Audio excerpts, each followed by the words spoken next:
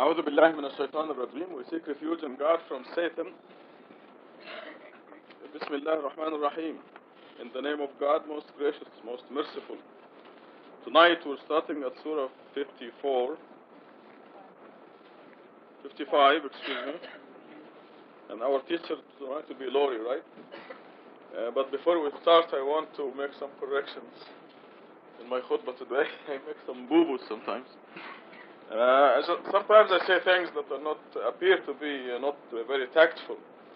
For example, we have here a great team of cake bringers or cake makers, and when I asked, and Rahima's turn, Lori's turn, I said the best. So they're all great makers of cakes, bringers of cakes, and this appears not to be tactful, but I have to explain to you that each believer is the best. So when I say the best, I'm referring to every single one of them, because we're all. I hope I don't make it worse. No, honest, because you people are so special that every one of you is the best. And when I say that, I just want to pay you the highest possible compliment without infringing on the others'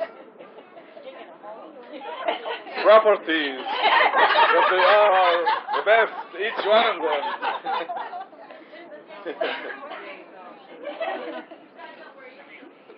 Every single. Did I describe your cake as the best when you brought it in? Now, how do I get out of this one? Help! I think I get out by saying, okay, take it over, Lori.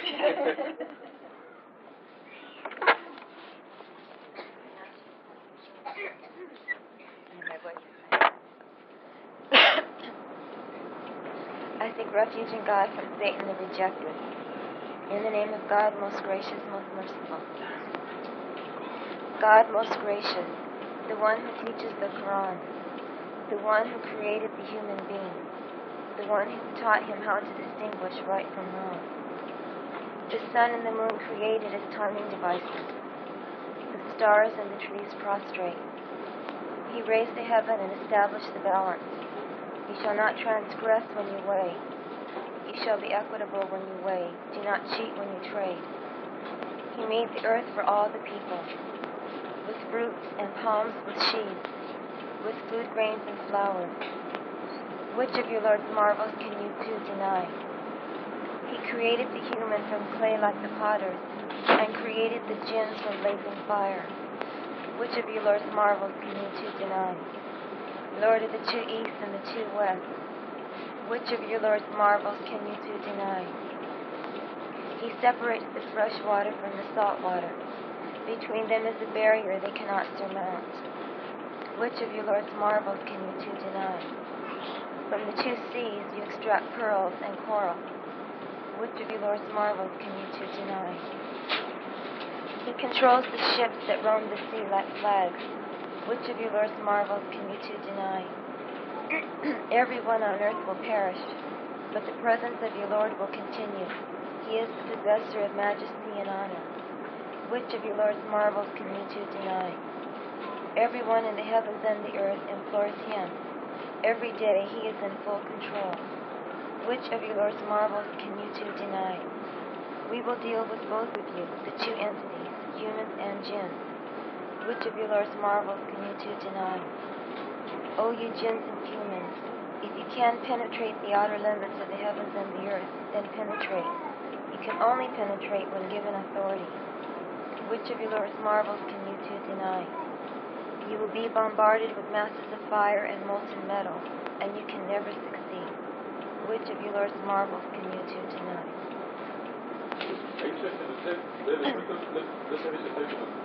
Do the same thing over there. Lima has grown up enough now. I put the hands on his back. Take good care of him. This chapter is very special to me because I have this weakness that I'm very impatient with knowledge, and if I don't know something, I can't grasp it. and it always caused me trouble in school because if I didn't understand it, I couldn't do anything about it. And I became Muslim, and I read the Quran, and I found out that I had to submit even though I didn't understand something. It was really a test for me because I just wanted to know. And I never understood the jinns. It was just like, I read it, and I knew that they existed, thank you. And I knew because it was in the Quran, I had to believe it, but I didn't know what they were, and nobody could explain it to me, and I got really wild explanations of what the jinns were. And it always troubled me, but I just forced myself to submit. And in the second chapter of the Quran, where it says that the believers are those who believe in the unseen, and this was part of the unseen. And I knew that inshallah with time that God would explain it to me. And one of the blessings of being in this mosque is having things explained to us. And as Rashad said in the khutbah today, it's a mercy from God that He sends a messenger from among us to explain to us. The knowledge is here in the Quran, and all of us have read the Quran. I read it once a month from front to back, and every time there's something new. And we get what we need at the time we need it. And we in this mosque are just developing so far, it's just amazing. Rashad and Lisa and Hassan went to Canada, and there where the people believe the way we do, they're still way behind us in the knowledge because we're here every Friday night learning and studying. We have the input of all these believers here, and we have a messenger that is given the knowledge that is passed on to us. And we're responsible for the information in the Quran. And, the verse in the Quran that was admonishing the romance was saying that they were believers when they weren't really. They were just submitters, and that's the first step.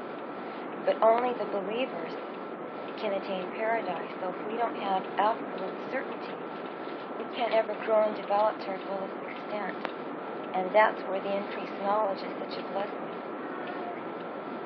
And I've read this verse so many times, and the first time I read it, you too, humans and the jinns, I just didn't understand what it meant. I didn't understand what the jinns were, what their role was, what they had to do with me or with us. It was just a mystery, and I just, like I said, I had to force myself not to question it, not to be hung up about it. And when we have that discussion about jinns and the Quranic studies, I just kept my mouth shut and, we heard different things.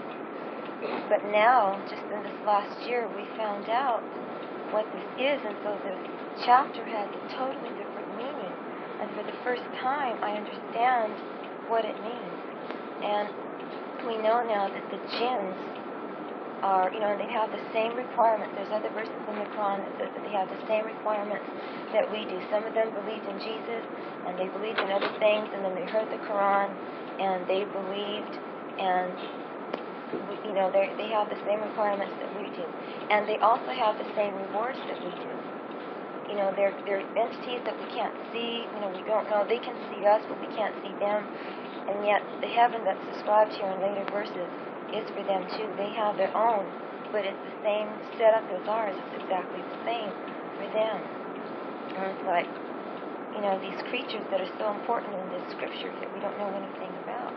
But now we know that the jinns were those that, before creation, sided with Satan and took a stand against God and believed that Satan could be a god besides God, that God could have partners, which is the ultimate blasphemy. And so they were banished, and they have a chance to redeem themselves as well.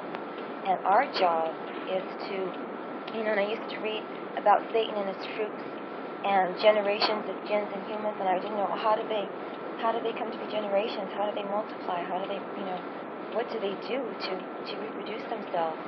And now we know that a jinn is assigned to each one of us, and so their reproduction it coincides with our reproduction. That each one of us is given a companion at the time of our entry into this world, and we're in the same boat. We both sinned. We both came to this earth with original sin. We both took a stand against God, the jinns more forcefully than we did, but we took the same stand as not being for God, because there's only two ways. Either you're for or you're against, and we were wishy-washy. So basically we were against God. We've both given the chance to redeem ourselves. thing is, the jinns took the definite stand, so they're going to try to convert us to Satan's way of thinking and to the original sin that we committed. So we have to convert them.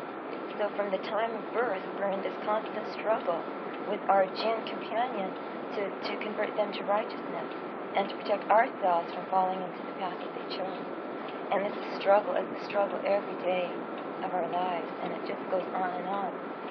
And the blessing about knowing who your enemy is knowing what they are, what their goal is, what their tactics are, so you can learn how to defend yourself. And that's what the Quran is, and that's where these blessings come from. So we know that. And to me, the greatest blessing of all is knowing that we do have original sin. We're bad. We were born bad because we took the stand against God. Okay, so now that we know that, we know what we have to do. We have to just every day of our lives try to redeem ourselves from that sin.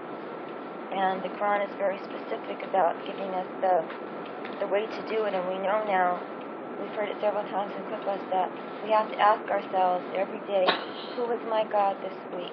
Okay, because that's our only goal in life, is to redeem ourselves. Nothing else has any importance whatsoever. And we have to do certain things. We have to support ourselves. We have to take care of ourselves, but with the goal in mind that this is to do righteousness. We can't be a burden to society. We can't steal. So we have to work and support ourselves. So it's all in tune with the same thing, which is purifying ourselves and growing and developing our souls.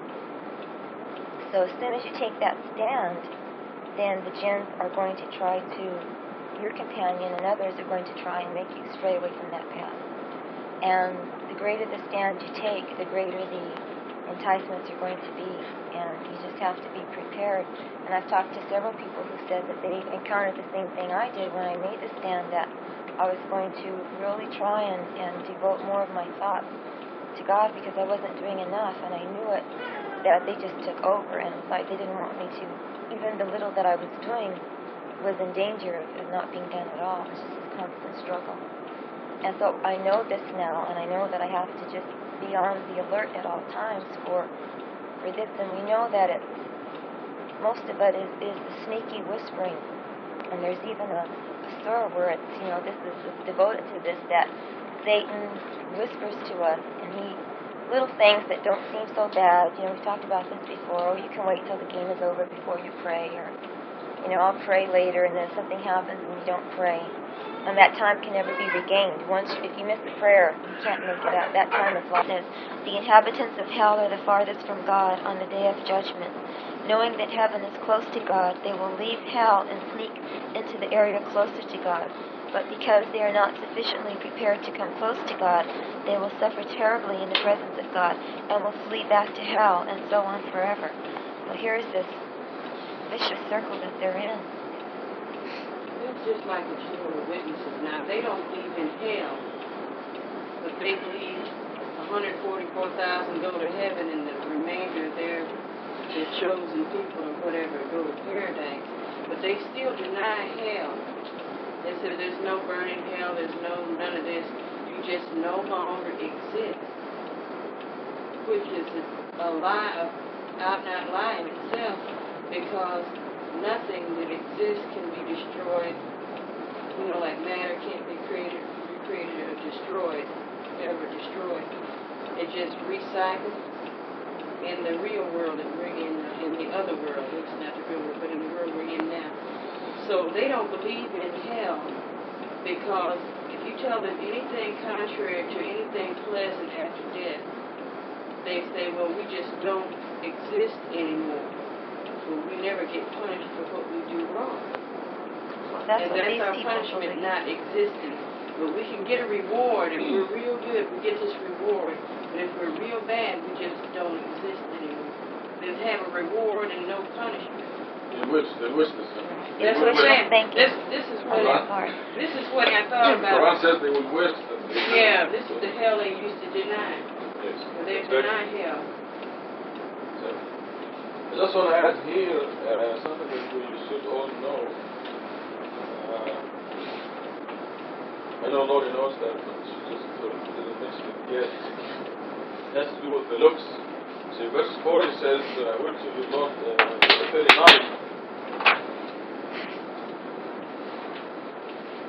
was, will not be asked, 39, yeah, the humans and the jinns will not be asked about their sins. Nobody will need to ask anybody about anything, because the believers develop their souls, and the disbelievers fail to develop their souls. And in Surah 17, we're told that the differences in the hereafter, I mean, in this room, the difference in our sizes are within a few inches. But in the hereafter, the difference will be like the difference between a mouse and the city of New York, the city of Tucson, let's say. So when you see somebody the size of the city of Tucson, he or she has developed the soul sufficiently. That's why they will be able to come closer to God. When you see somebody the size of a mouse, you don't need to ask, what did you do wrong? So this is why nobody will need to ask anybody about their sins. It is so obvious. There will be no question. Also in Surah 17 we're told that everybody will be the judge for him or herself. Because in that dimension we will see what we really look like, how much we really developed, or how much we lack development. So 41, the guilty will be recognized by their looks. They'll be undeveloped, they'll be shrunken. It's like being born without arms and legs. Deformed. They will be born into the hereafter deformed, undeveloped, aborted. But they'll be alive, very well, very alive, not well.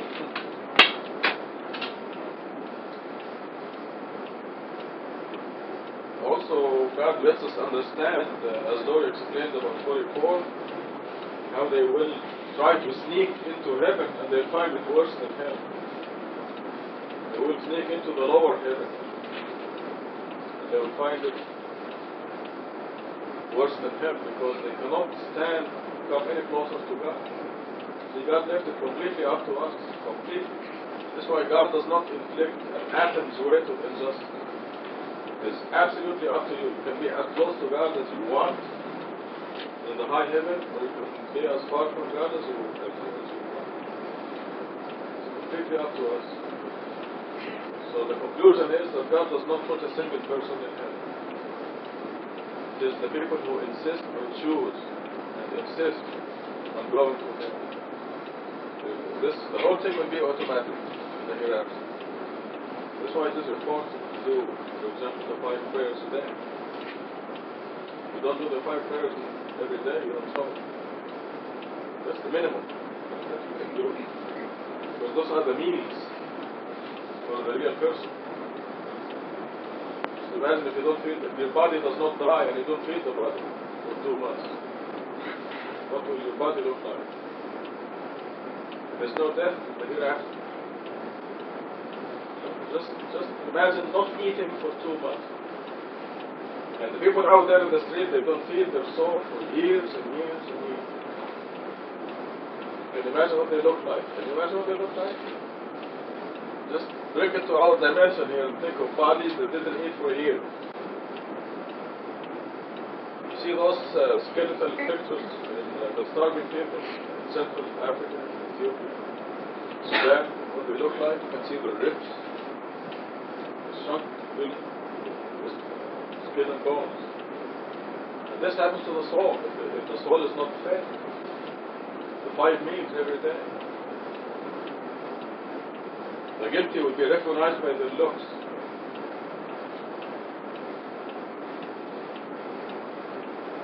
You can tell who is starving in Africa and who is not by looking at them. And in the hereafter, you'll be able to know who is starving and who is not, except it will be by choice. So now we'll go back to Loria, number 46, the higher heaven. Yes. For those who reverence the glory of their Lord, there will be 2 paradises. Which of your Lord's marvels can you 2 deny? With abundant vegetation, which of your Lord's marvels can you 2 deny? 2 springs run freely therein. Which of your Lord's marvels can you 2 deny? They will have 2 kinds of every fruit. Which of your Lord's marvels can you 2 deny? They will relax on furnishings lined with silk, while the fruits of the 2 gardens are brought near. Which of your Lord's marvels can you 2 deny? They will have magnificent spouses therein, never before touched by any human or jinn. Which of your Lord's marvels can you 2 deny? They will look like gems and coral. Which of your Lord's marvels can you 2 deny? Is the reward of righteousness anything but the best blessing? Which of your Lord's marvels can you 2 deny? And these verses are just so beautiful. The higher heaven, and we know that the verses describing heaven and hell are allegorical because there's no way that we can conceive or understand what it really will be like. So God gives us things that brings it into our own dimension. But we know that there are stratifications, and for those, very clear here, for those who reverence the glory of their Lord, who've done everything that they have been able to do, who've developed their souls, who've kept the commandments, who've not set up another God besides God, then God rewards those with the best blessings, and He doesn't have to do it. But there's a verse in the Quran that says that God is appreciative, and that's so incredible to me because He doesn't need us at all. Why should He be appreciative of anything that we do?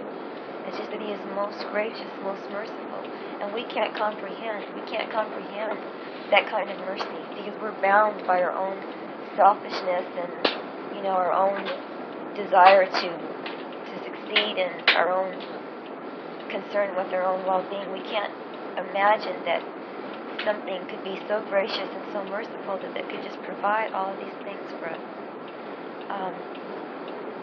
It's just the ultimate of just leisure, not having to do anything. Everything that you want, every kind of food that you want to eat, and you don't have to do anything. It's just, the springs are running freely, and you don't have to worry about finding a spouse and going through all of these changes, and, they're just there, and you don't have to do anything at all. It's just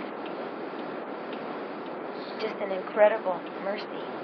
And, what did we have to do in the life to get there? It's like the most incredible, somebody offered you a deal and said that you buy stock at, 50 cents a share, and in 10 years it'll sell for $1 million a share, and you think, that's impossible. How could anything like that exist? But this is even greater. All we had to do was say our 5 prayers every day, not to have any other gods besides God, which is for our own benefit anyway. God doesn't need us.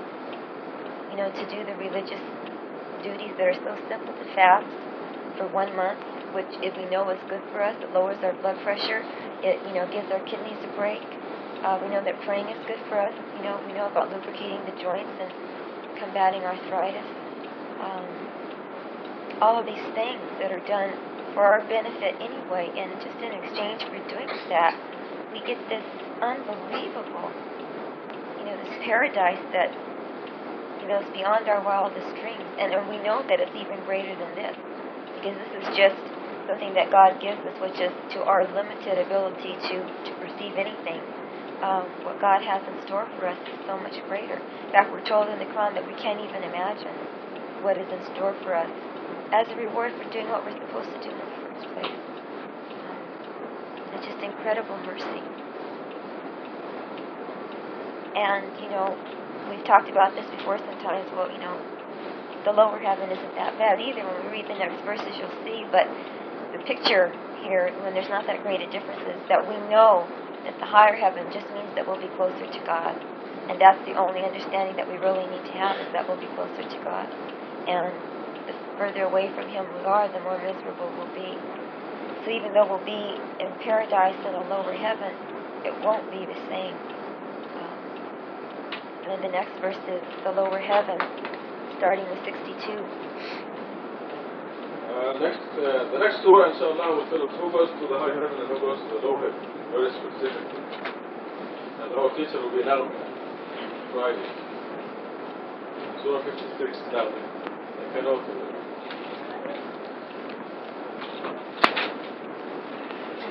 Before, yes.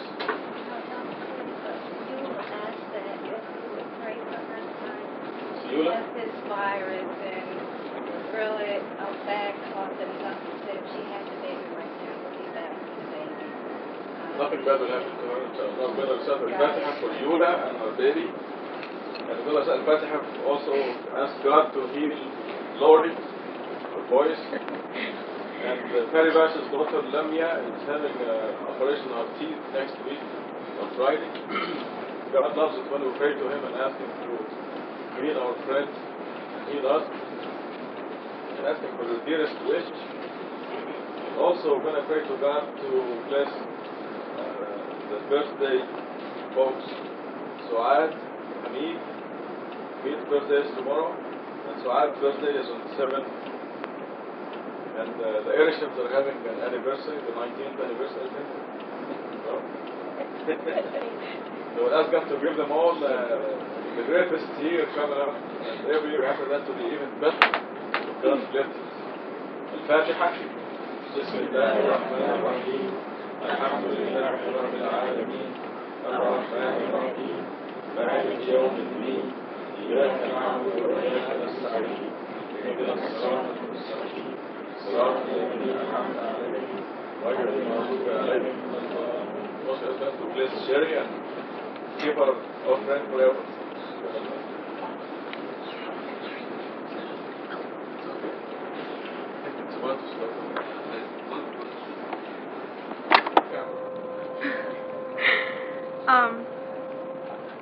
From far ahead.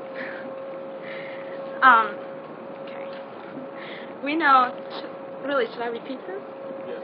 Oh, okay.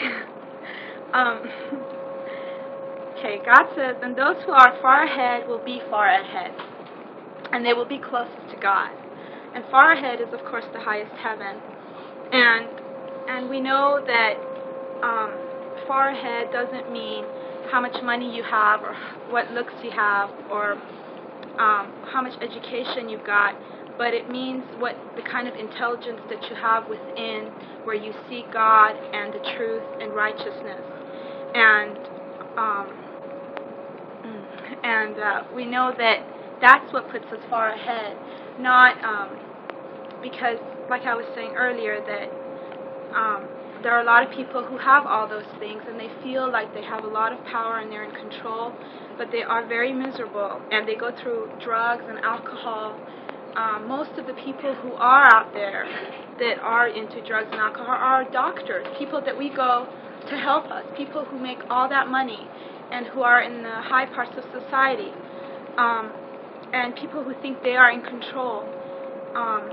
Not that every doctor is bad or anything like that, but that power has a lot of times led to trouble because people are not righteous enough and they don't see and they don't open their hearts and they don't let go of that ego enough to understand that if you use your power with God's will, then maybe you'll get somewhere. But other than that, you don't get anywhere.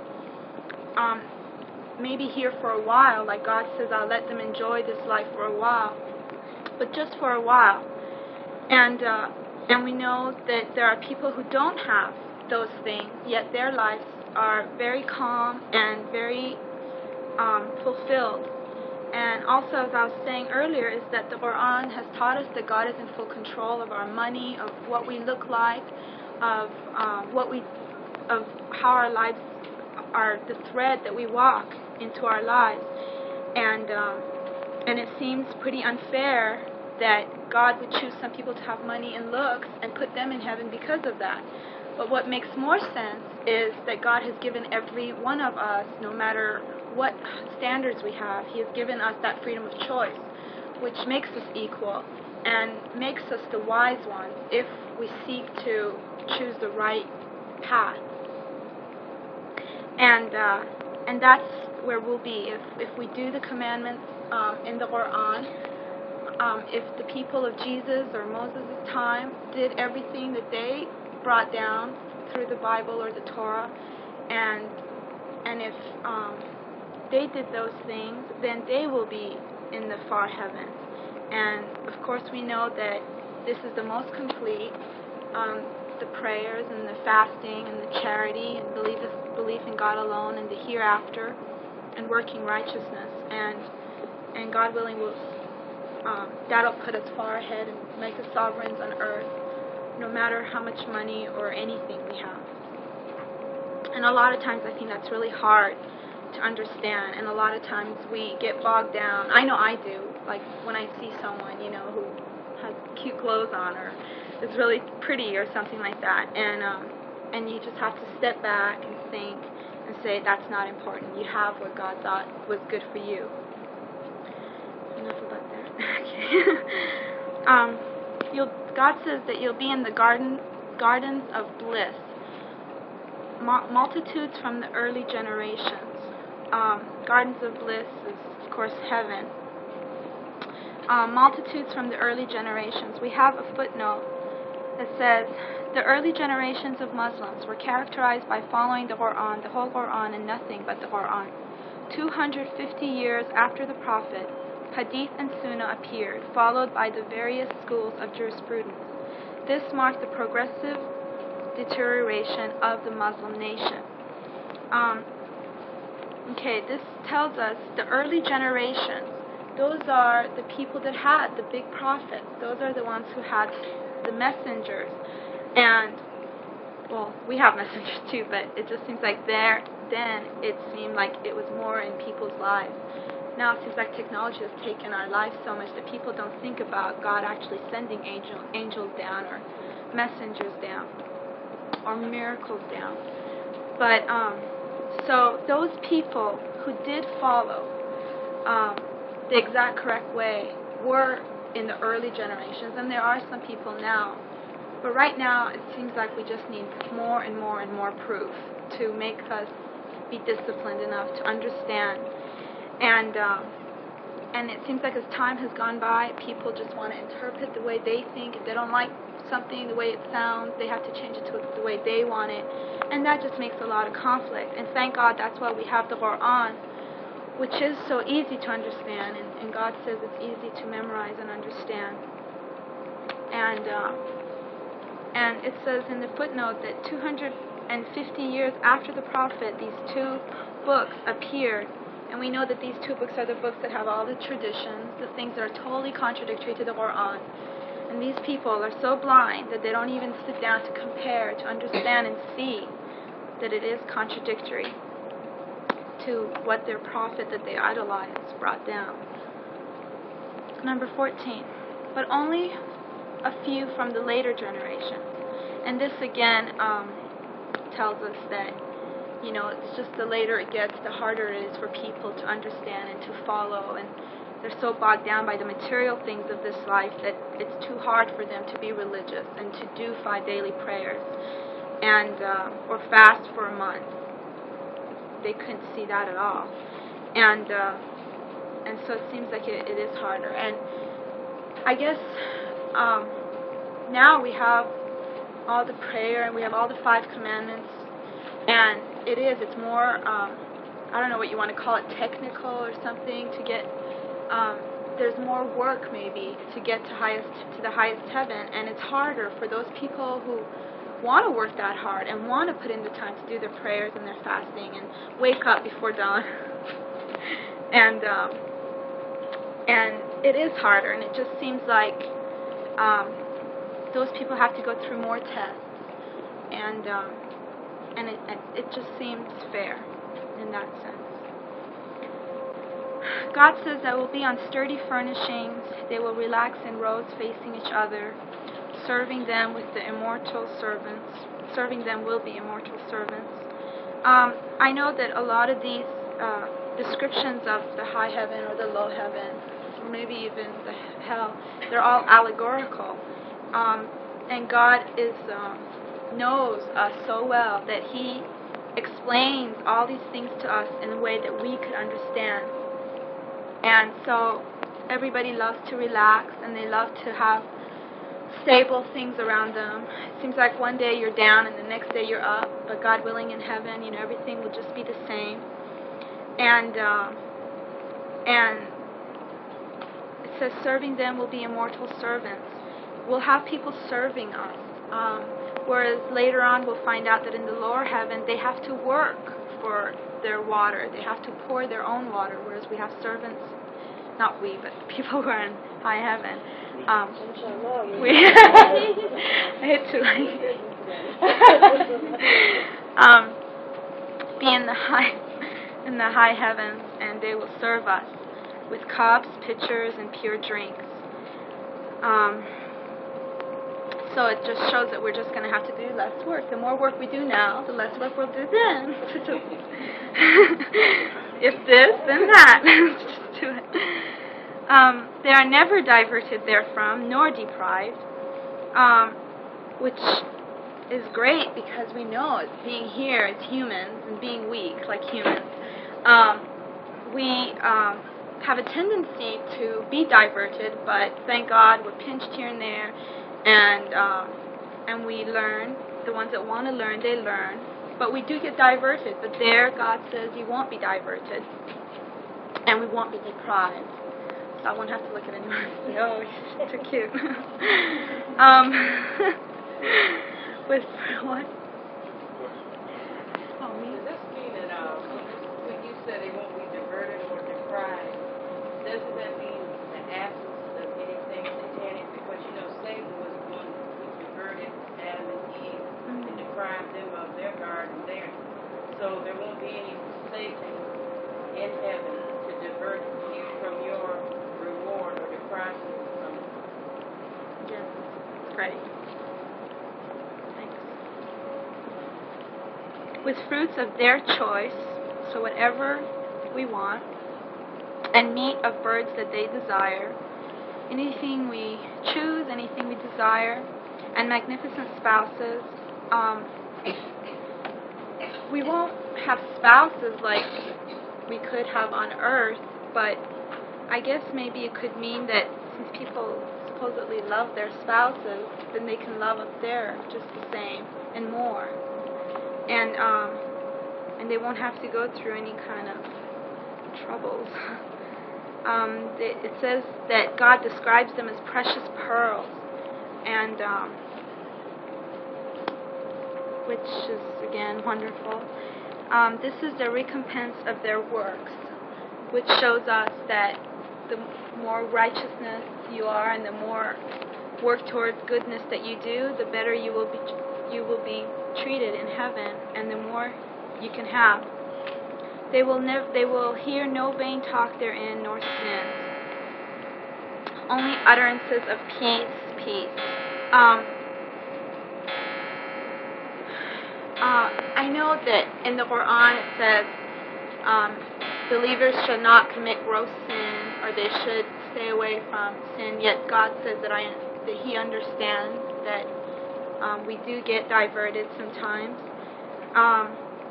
and it says that we shouldn't sit around tables where people are talking rumors, and that if we sit with them, we are just as guilty, and that we should get up and leave. And if we don't, we stay by mistake, then get up and leave when you remember and repent.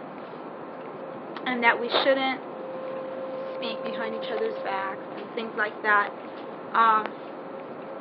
But I think that a lot of times, especially when you're groups of people, things like that, you do fall into all that. You do fall into rumors, and it just seems like when people get into a group, they disagree on so many things. It's like they say, don't talk about religion, don't talk about government, don't talk about, I don't know what else, but they'll talk about rumors, because it's the one thing that seems like a group of people just really understand together. They really have fun with it, and they don't have fun if they disagree on religion.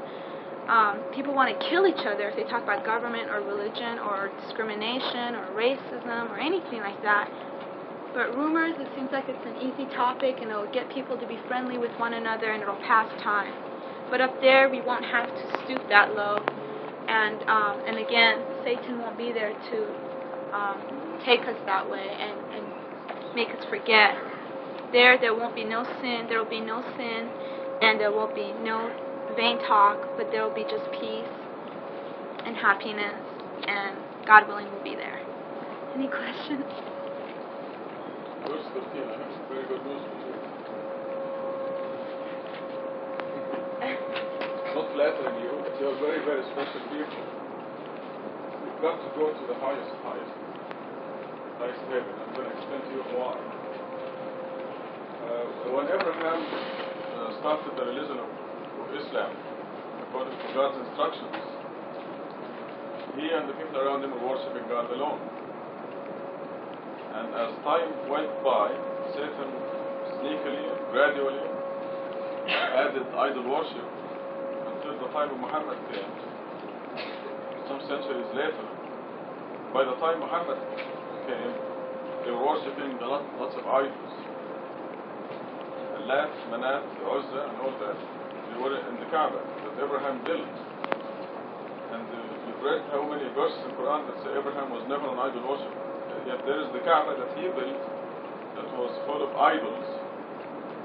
And then God renewed the message, sent the Quran to Muhammad, and sent Muhammad to tell the people the idols are bad, worship God alone, worship God alone. So what happened? And Muhammad and his company were persecuted severely. They threw on them all kinds of dirt and thorns. Then they banished them when they grew. There were about 10 or 15 people for about 3 years. Then they grew to about maybe 25 or 30 people. Then they thought they were getting too strong, so they banished them out of Mecca, boycotted them. And those people were abused. So those have to have a special place in heaven. They went against the current. They were worshipping God alone in an ocean of idolatry. You can easily see that they are very special people. They will be in the highest place in the high heaven, because even within the high heaven and the low heaven there will be ranks. Okay, now, 20 years ago, you see how it says here to you from the later generations? Now these are later generations after Muhammad. 1400 years after Muhammad, there is not a single mosque in the Muslim world that was worshipping God alone, that is upholding the commandment, the mosque belongs to God, we should worship, we should not mention other names of God. And then God renewed the message right now. And the message went loud and clear, ringing throughout the whole world, worship God alone, say La ilaha illallah, not La ilaha illallah Muhammad Rasulullah. And devote yourselves to God alone, uphold the commandments of the Quran, purify your worship, your prayer is wrong, your fasting is wrong, your zakat is wrong. These are all blessings from God that He sent to our generation. And again, we are subject to the same persecution, the same ridicule, lucky us. Yours truly cannot go into any country in the Middle East. I'll be shot within 24 hours. Just to symbolize this. And if you go to the Middle East, you better disown me. I'm asking you to do that. I mean, God says, even disown God if you are under those circumstances, as long as your heart is filled with faith. If you don't want to get in trouble, you better tell them, I don't know Rashad Khalifa. But this is, you are a very, very special people. You've gone through the mill, ridicule, and mocking. Today, Tasneem calls me from New York, and she was talking to some relatives of her in Chicago, who are very active in the so-called Islamic Center. And she told them, I'm devoting myself to God alone. I only say La ilaha illallah. And guess what they said? They said Tasneem went to the dogs. She's worshipping God alone. I mean, this is ridicule, right? You ridicule her. You know, you're saying La ilaha illallah, you're saying worship God alone. You mean God alone? Is that all you have, God? I mean, you see the logic? They're ridiculing him. Mahmoud was working the other night, and some so-called Muslims walked in the store, and they saw the label that says Muhammad or Mahmoud on the label. He said, are you a Muslim? He said, yes. They said, how come we don't see you at the mosque?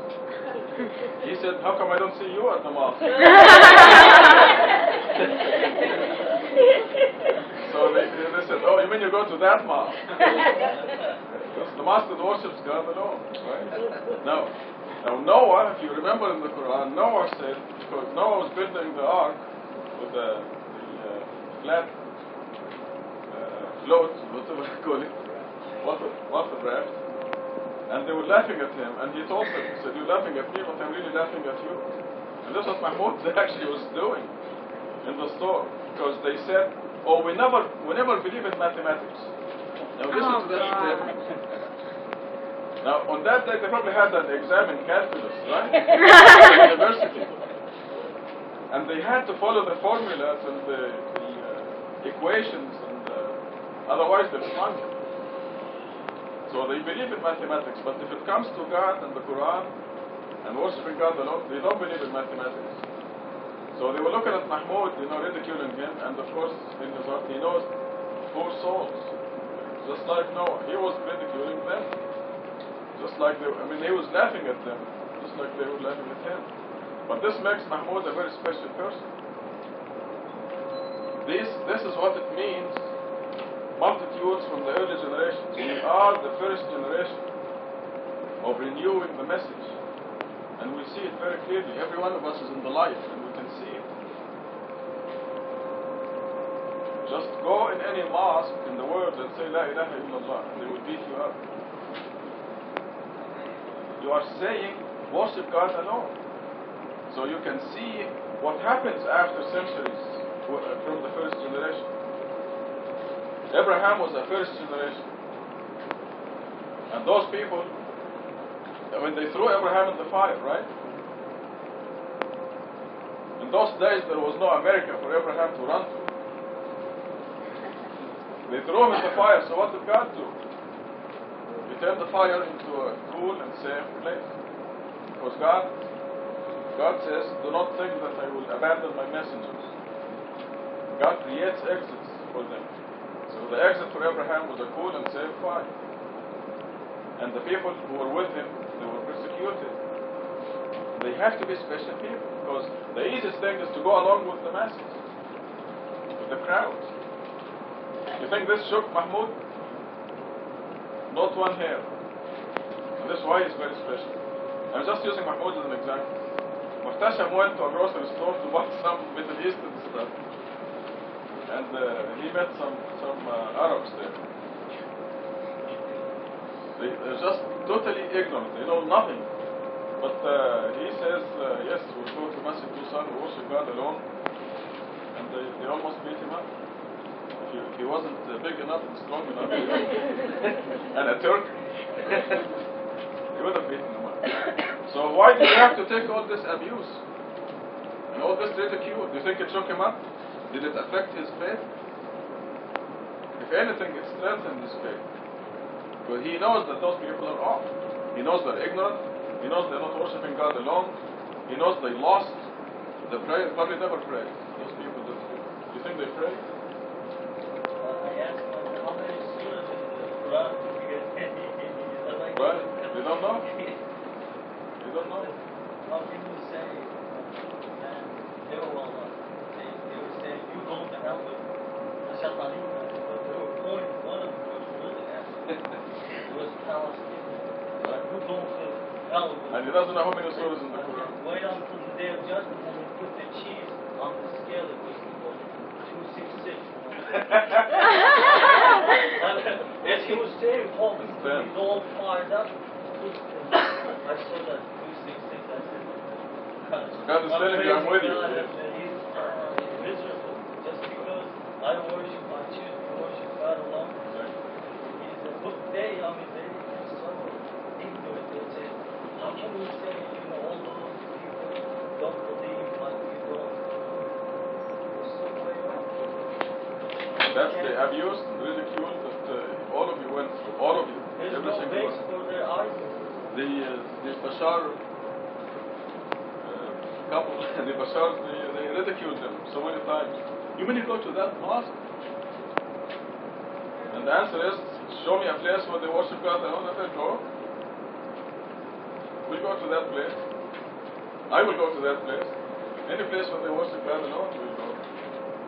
God is the one, God is the one who created you. God is the one who provides for you.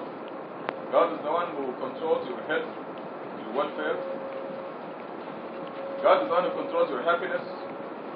God is the only one who controls your success. Muhammad is dead. The saints are dead. Jesus is dead. Powerless. Even when they were alive, they had absolutely no power. So, I mean, there's just, because you're going through, this is the first generation. We are so lucky. We are a first generation, like Abraham's generation, Muhammad's generation. Muhammad's generations went through the ridicule, the abuse, and they had to leave their city, Mecca, and go to Medina. The persecution they went through. Because of this, God reserves a special place for them. God is reserving a special place for us. I'm saying it by God's grace. So I have this very good news for you. Because you fit here in verse 13, multitudes from the early generations. In 50 years, I assure you, in 50 years, there will be millions of people worshiping God alone and upholding the Quran alone and praying the correct way. Millions. In just 50 years. But they will be following the crowd. They cannot be like you. They will be protected by their numbers. Right in this location, right here, there will be thousands. On this block, in this mosque. And they'll be powerful. The people jumping on the wagons. But they don't deserve the same position or the same credit as you.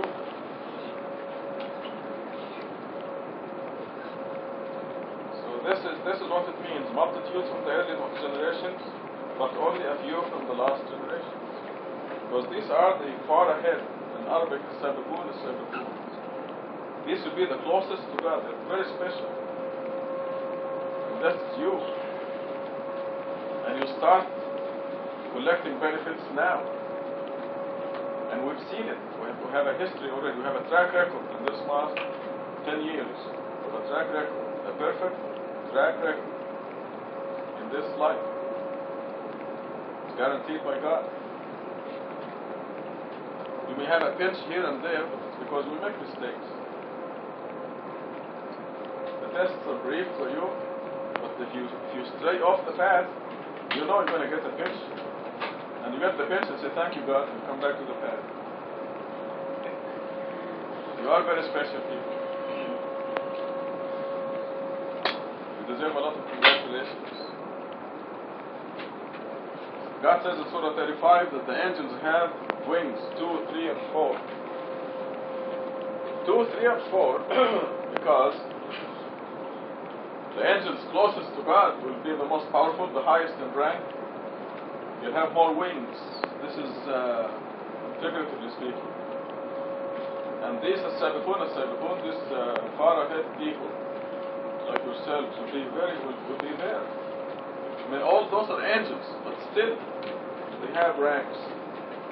And 50 years from now, the thousands of people who will be in this location, inshallah, they will go to the high heaven because they worship God alone and they will pray the correct way and they'll go to the high heaven, but they cannot attain your rank because you're the ones who are taking the abuse. The people who take the abuse and the ridicule have a very special position in the Bible and in the Quran. I had a little thing hanging there for a while that says congratulations to those who are persecuted. Well, the prophets also have been persecuted. Remember that verse? I had it hanging there.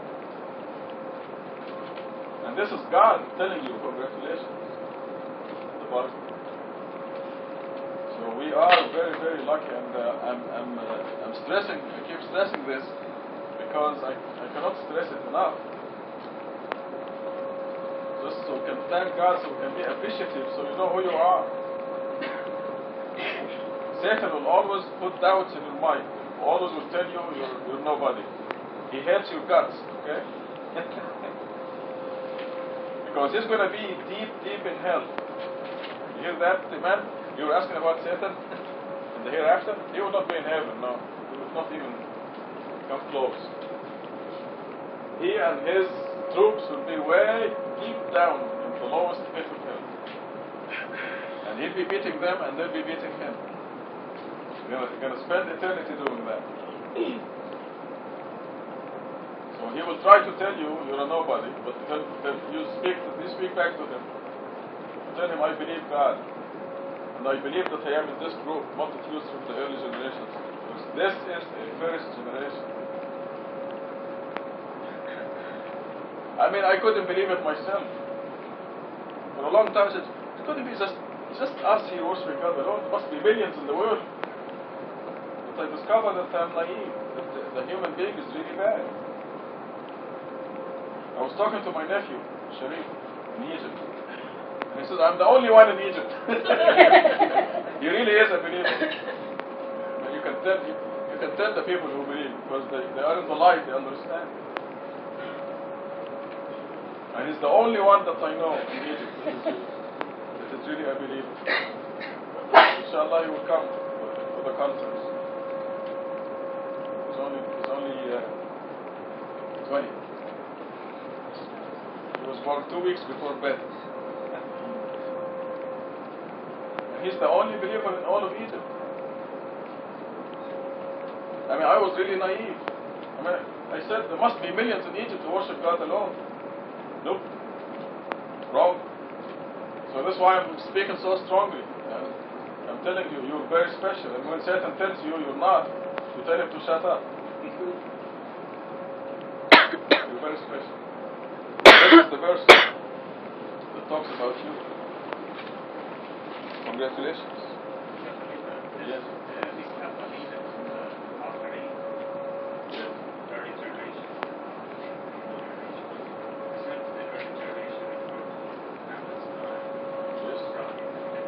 And this time, right now, refers to Muhammad's time, Ibrahim's time, and this time, our time. We are a first generation right now, because we are the fortunate generation that is renewing God's message, restoring it, cleaning out all the junk and the innovation.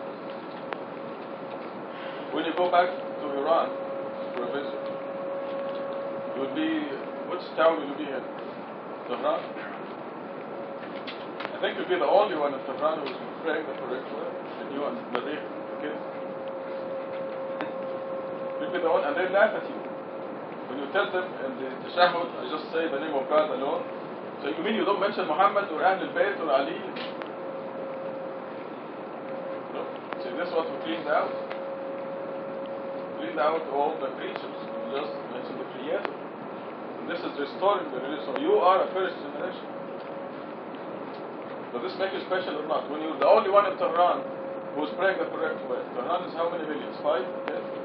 To see the details. But this circle here, if you start on this side, you put down start with the first verse of Quran, and write the number of every verse of Quran, 1, 2, 3, 4, 5, 6, 7. The first surah, 7 verses. Then put 7, the number of verses in the surah.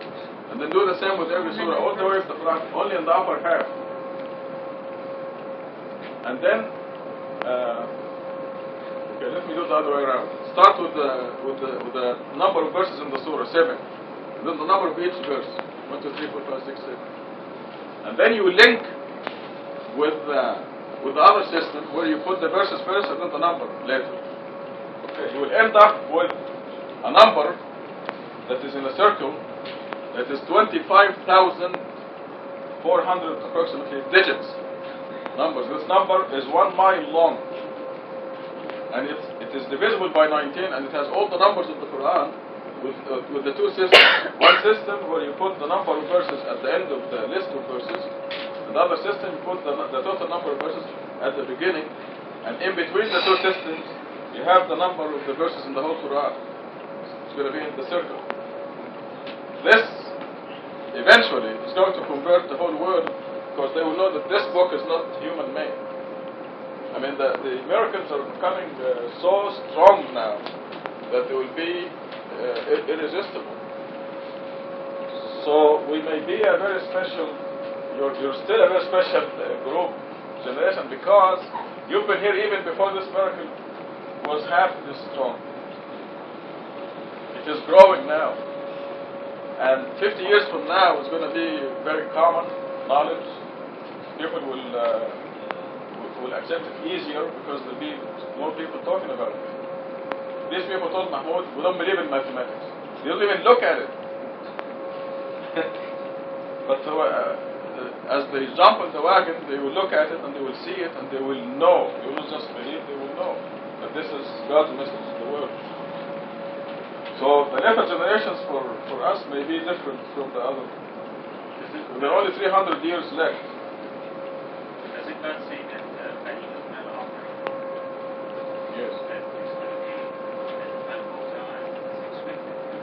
split the system. You see, Christianity was corrupted 300 years after Jesus.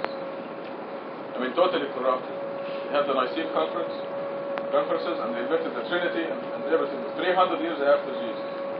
With Muhammad, it was 300 years that the Hadith became recorded, and Islam was wiped out.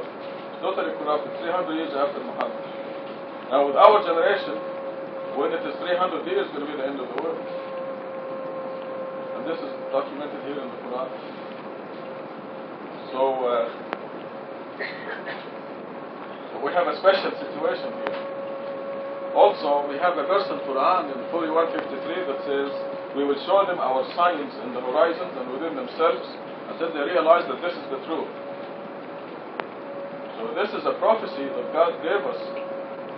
And this is what's happening now. And it will take 300 years for the world to realize, probably every single person on earth will realize that this is God's message to the world. And I suspect the world will end with the only believers on earth. That's when Satan will throw up his hands and say, "I give up, I have no constituents anymore."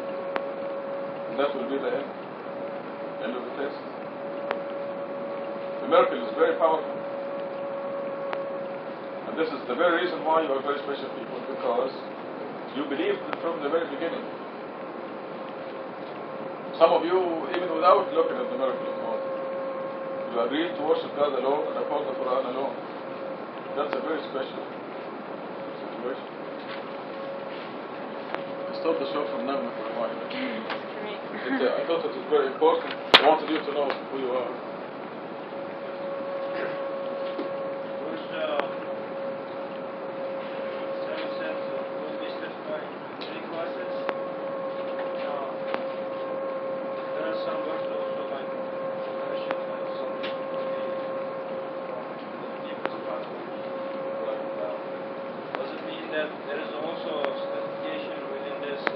Yes, within each layer, yes. Right. But you can call this hell. There will be grades of hell in there. It will be the deepest. The hypocrites will be in the deepest pit of hell.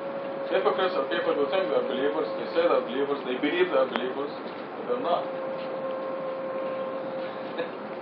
Those are the hypocrites. But the whole place is hell. And God says those who verily miss hell and make it into the lowest layer of the purgatory, God calls this a fantastic triumph. Because if you miss this thing called hell, within which there are strata, different layers. The same with the lower heaven, and the same with the high heaven. Because the people in the purgatory, they cannot go much higher, but they are fantastically happy. They are in heaven. And within heaven, like I said, there will be a line beyond which you cannot go. These are natural borders. Your growth and development will decide that. You know, every time you get abuse and ridicule, you grow immensely. That's why Mahmoud came out smiling out of that episode. So that Muhtasab, Gatul comes across those once in a while. I have one right in law school. Yes. He's not going to law school, but he works in the library. God, one time he went like this. He almost hit me. Gosh. He was you worship God alone, right? And he was like, Dr. Khalifa says that it's okay for you to repent. Muslims don't have the right to repent. And I'm like, excuse me? That's exactly what he said. He says, God doesn't tell us we have the right to repent, and he tells us that you can repent 100 times. And I'm like, of course you can. Without repenting, we'll all go to hell. Are you kidding? I guess I never read the Quran. So many other things. And he's like, you need a Muslim husband who'll teach you how it is. And I said, I'll teach him how it is. He goes, yeah, if I beat him too. That's what he needs. I said, I'll teach him.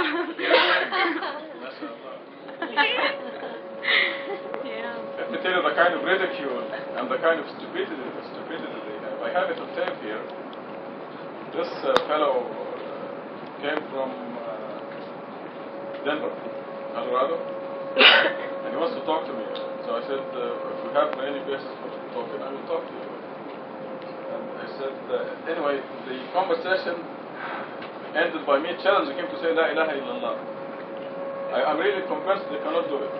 I mean, I really know this now. Sam was listening. I told them, you are forbidden by God from saying La ilaha illallah. He said, are you crazy or something? Of course I can say La ilaha illallah. I said, go ahead, say it. Say. Remember? And he would say, La ilaha illallah, Muhammad Rasulullah. I said, see, you cannot say it, can you? He said, of course I can say it. I said, go ahead, say it.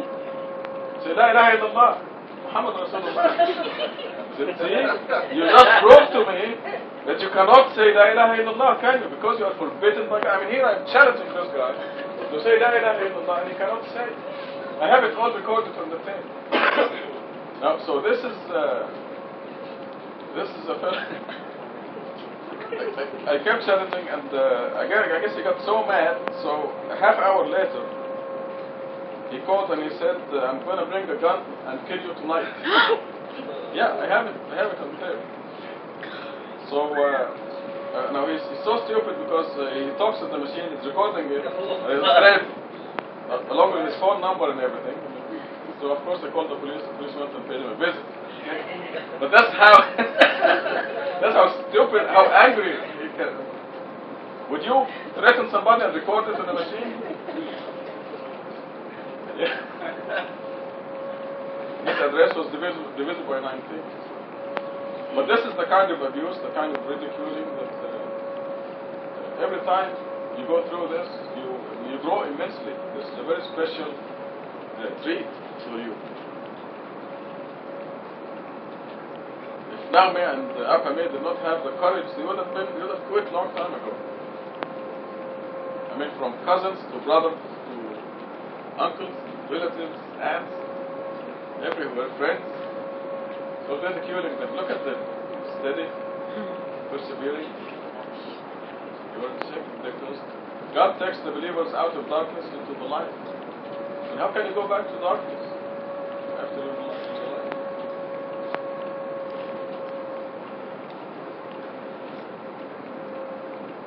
You cannot say La ilaha illallah. Actually, I know they're forbidden by God from saying it. Or hypnotized by Satan, or whatever the mechanism is. So within the high heaven there are ranks, and within the lower heaven there are ranks, and within hell there are ranks. But these are the general divisions. As we saw in Surah 55, there are big difference between the high heaven and the lower heaven. What we have seen are the general characteristics of it.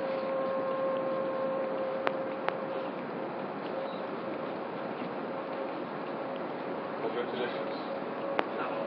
Yes. Sure. Is it Quran that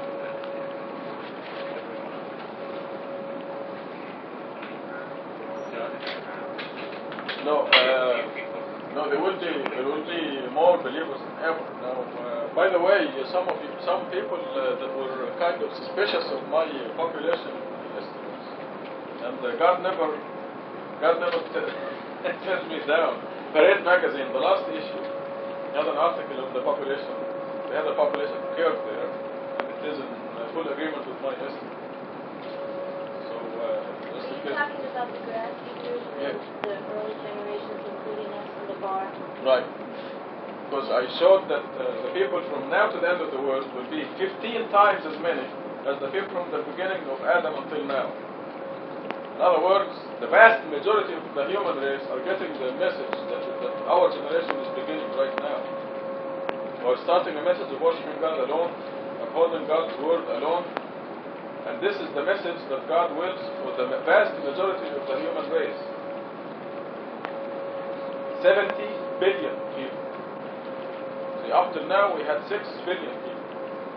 From now to the end of the world, it is projected that we'll have 70 billion people. Now, to answer Dr. Sabahi's question, the verse in the Quran says, it doesn't say that everyone will be a believer, but it says, I will show them my science until they realize this is the truth. So the prophecy is God will spread His science until everybody comes, not everybody, maybe everybody, but at least almost everybody will be the miracles that we are seeing now. And they have all discovered the people connected with us, the people who believe exactly like we do. And this is an exclusivity. This is a very strong sign. And these miracles will be known by everybody. I'm telling you, in 50 years, there will be millions of people worshiping God alone and following the Quran alone. Millions, just 50 years, maybe less. You know what I was going to say also is that it's not only that we're going to have more people later who are going to be seeing these miracles, but also there's another mercy, I think, from God in that the old generation, there might not have been as many people as we're going to have, but the lifespan then was, 35 or 40 years old. Women died in labor. If there was the wars between Spain and, the Europe and stuff, they were all young people. And so, it seems like there was mercy there, too, because they're all young and they died young. Yeah, and they're right. And I think that's... Go ahead. Should I go? Okay, the lower heaven. 27. As for the inhabitants of the right side, they will be on the right side. They will enjoy lush orchards and fresh fruits and abundant shade and water to be poured and many fruits always in season and exalted furnishings. We raise spouses for them, never previously touched, magnificent companions, exclusively reserved for inhabitants of the right side.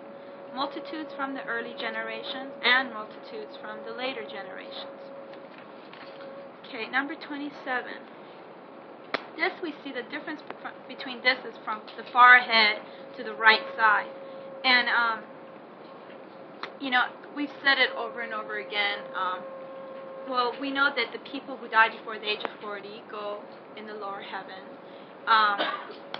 And we know that the basic rules in the Quran to make the lower heaven is to believe in God alone, to work righteousness, and to believe in the hereafter. And those people will make it. And the right side just sounds so right. Because, first of all, like we know from, the joke that we always play is that God knows everything. God knows the one who is really, really, really mean and bad. And He will keep them until they're old. But the ones who die before they are 40, obviously God knew that there was something right about them. And just because, their life was shorter than ours doesn't mean that it was any kind of bad, thing from God's position, but that maybe they were going to prove a test for their family or whatever, but that the thing is that God knew they were on the right side. And God tells us that at the age of 40, before the age of 40, they go to the lower heaven, and it just makes sense that those are the people who died before that age, and plus of the tests and things for our families. But they are still, they're still protected, and so if you're on the right side here, you'll be on the right side there. You won't be up at the top of the people who really tried hard. But you'll be there. And also, I think a lot of times, there are a lot of people who believe in God alone. They believe in the hereafter, and they work righteousness. But it's just way too difficult to ask them to do anything else.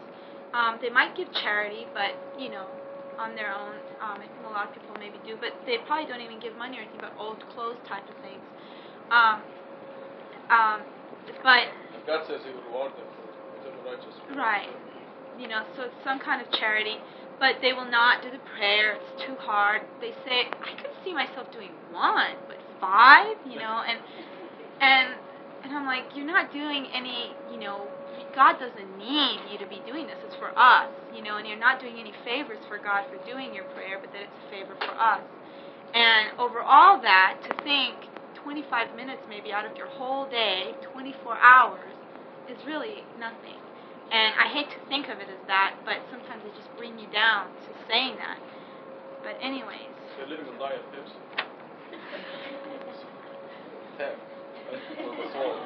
I know. So, but I guess they're just right on. The prayers are meat. When they say 1 prayer, maybe, but not apply this. So this means it's like saying I just have breakfast, nothing else. Depriving himself. But whatever righteous thing work they do, they get rewarded for it. Again, we're going to hear some allegorical things. There's going to be some difference from the highest heaven. There's going to be shade and there's going to be fresh fruits, but doesn't say what they choose, doesn't say what they desire, but there will be fresh fruit. And it says in water to be poured, which means poured, I guess, from them, because it doesn't say that they will have servants. So that means a little bit more work for those people. But they will be taken care of, basically. I don't understand why it says here they will. We will raise spouses for them, but in the other one it says that they will automatically have, magnificent spouses. What's the difference between raising spouses for the right people? It's like you can go to the market and get an ear of corn, or you can put a seed in there and watch it grow until it's an ear of corn. That is great. I mean, it makes sense. Yes, that's different. That is great. Okay.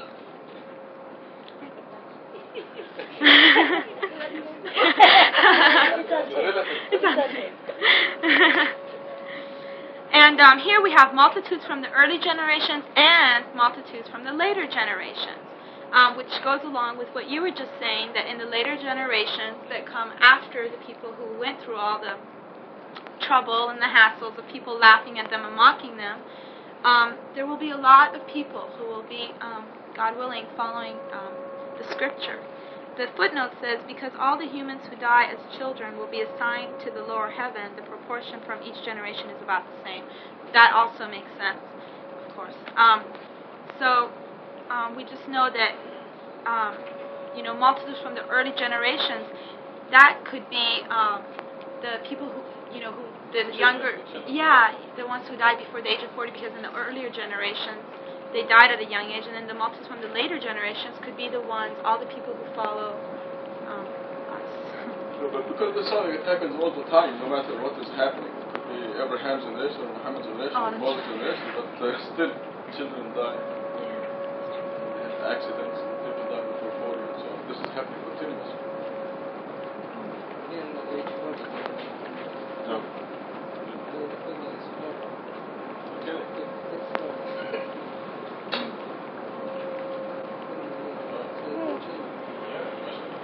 Is there.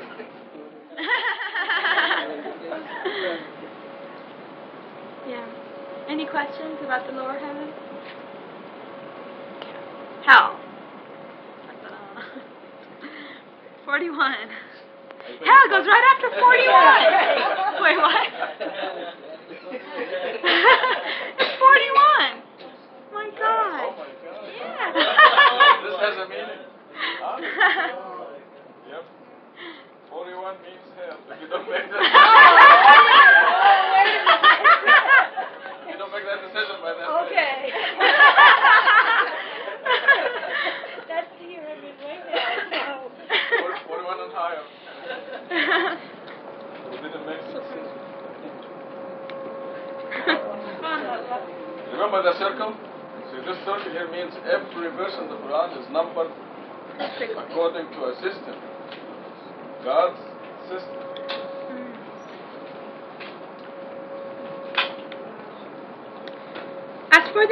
Shall I go on? As for the inhabitants of the left, they will be on the left. If you don't work righteousness, you don't believe in God alone, you don't do the commandments, you don't listen to your inner intuition to believe in God and work righteousness, then you will be exactly where you deserve to be, which is hell, which is He's the one to stop you. Oh, I'm sorry. If you go to the surah that we looked at last week, we also talked about hell. It's 41. Oh my God. Oh my God.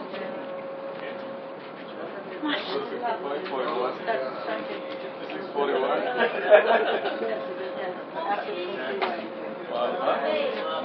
378. 378. There has been any doubt. Let there be no doubt, folks. 40. 40 is the cut-off point. We're like the people on Noah's Ark, or people walking through the sea, with Moses. God, we're just like those people. So wonderful. In ill winds and retribution, in shade that actually burns, never cool, never tolerable. They used to be spoiled. They insisted on the great blasphemy. They used to say, after we die and become dust and bones, do we get resurrected? Even our early ancestors say, the early generations and the late generations will be gathered together on a predetermined day. Then you, O strayers and disbelievers, will eat from the trees of bitterness. You will fill your bellies therefrom. Then you will top it with lava. You will ingest drinks of humiliation. Such is their position on the day of judgment. We created you, if you could only believe. Do you see the semen you produce? Is it you who created, or are we the creators? We have designed death for you, and nothing can prevent us from substituting others in your place and establishing what you do not know. I'll stop there. Again, if you don't work righteousness and believe in God alone and everything, then you will be in hell where you deserve to be.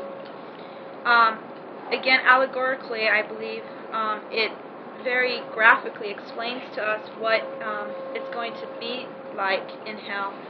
And I don't have to be there to already feel it.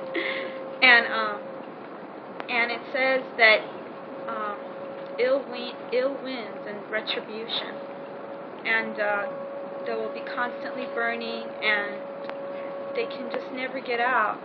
And just it seems sad in a way, but again, God has just put hell, created hell, and we put ourselves in there, and God knows in every scripture it's described what hell is going to be like, and people just don't understand. They don't believe in it.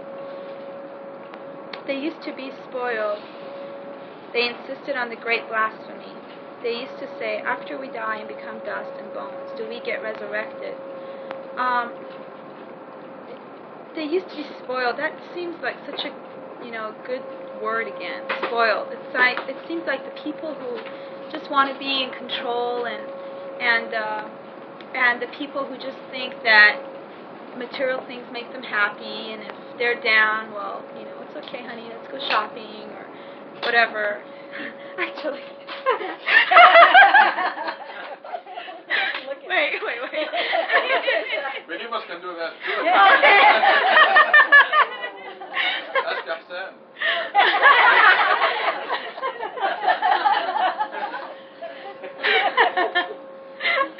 I take that back. I said thank you, God. After I say thank you.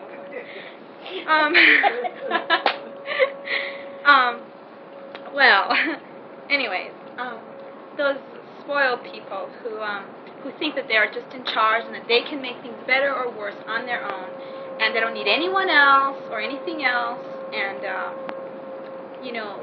long as they have their everything that they like in this life, then it's fine, and they don't have to question the hereafter. That they don't feel that there's anything holding them back for them to be seeking God. It feels like a lot of people, when they go through a bad time is when they go towards God, and it says it in the Quran. It says, whenever hard times comes to them, they remember me, and when things get better, they forget about me. Those are bad weather friends. In the new translation, bad weather friends. When they are about to drown or the plane is in trouble, they remember God. Only when the situation is bad.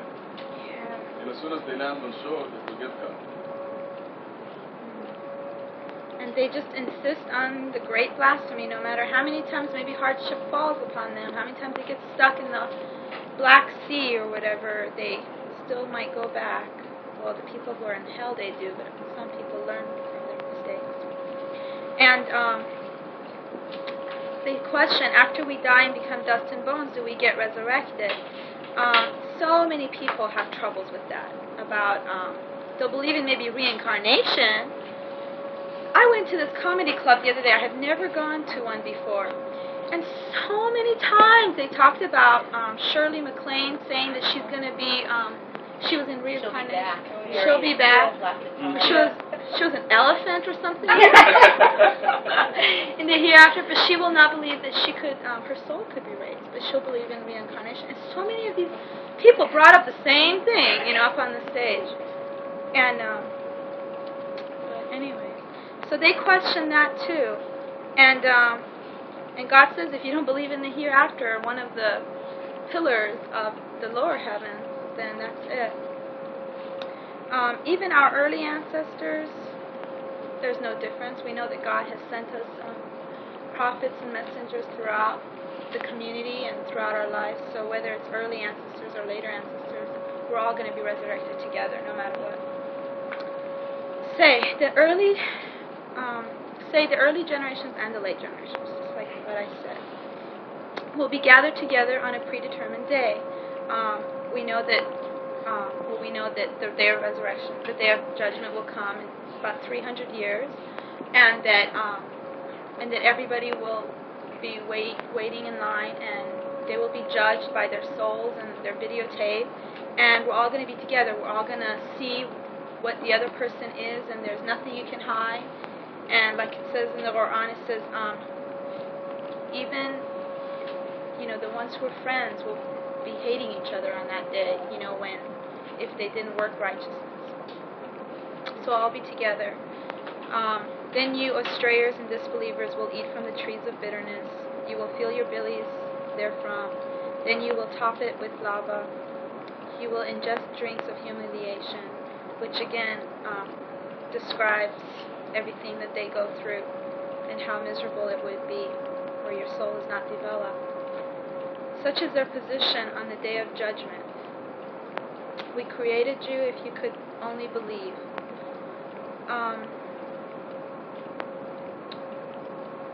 Do you see the semen you produce? Is it you who created it, or are we the creators?